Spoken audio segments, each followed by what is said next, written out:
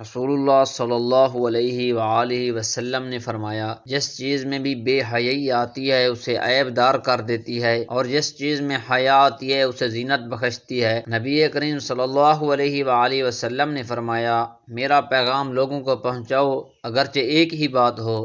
رسول اللہ صلی اللہ علیہ وآلہ وسلم نے فرمایا، تباہی و بربادی ہے اس شخص کے لیے جو ایسی بات کہتا ہے کہ لوگ سن کر ہنسیں، حالانکہ وہ بات جھوٹی ہوتی ہے، تو ایسے شخص کے لیے تباہی تباہی ہے۔ رحمت للعالمین خاتم النبیین صلی اللہ علیہ وآلہ وسلم نے ارشاد فرمایا، مجھے اپنے ضعیفوں اور کمزوروں میں تلاش کرو، اس لیے کہ تم اپنے ضعیفوں اور کمزوروں کی دعاؤں کی برکت کی وجہ سے رزق دیے جاتے اور تمہاری مدد کی جاتی ہے۔ رسول اللہ صلی اللہ علیہ وآلہ وسلم نے ارشاد فرمایا، ہر نبی کی ایک دعا ہوتی ہے جو وہ کرتا ہے اور وہ قبول ہوتی ہے، اور میں چاہتا ہوں کہ اپنی دعا آخرت میں امت کی شفاعت کے لیے محفوظ رکھوں۔ رسول اللہ صلی اللہ علیہ وآلہ وسلم نے فرمایا، موت کی آرزو نہ کرو، اگر تم نیک ہو تو شاید زیادہ نیکی کر سکو، اور اگر بدکار ہو تو توبہ کر کے اللہ کو راضی کر سکو۔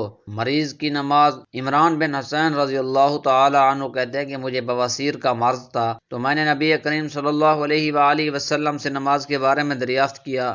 آپ صلی اللہ علیہ وآلہ وسلم نے فرمایا، کھڑے ہو کر نماز ادا کرو، اور اگر اس کی بھی طاقت نہ ہو تو بیٹھ کر نماز ادا کرو، اگر اس کی بھی طاقت نہ ہو تو پہلو کے بل لیٹ کر نماز پڑھ لو۔ رسول اللہ صلی اللہ علیہ وآلہ وسلم نے فرمایا، جو شخص غصہ اس وقت پی جائے جبکہ وہ اپنا غصہ نکالنے کی طاقت رکھتا ہو تو اللہ تعالیٰ قیامت کے دن تمام لوگوں کے سامنے اسے بلائیں گے اور اسے اس بات کا اختیار دیں گے کہ جس حور کو چاہے اختیار کر لے۔ ماشاء اللہ، سبحان اللہ۔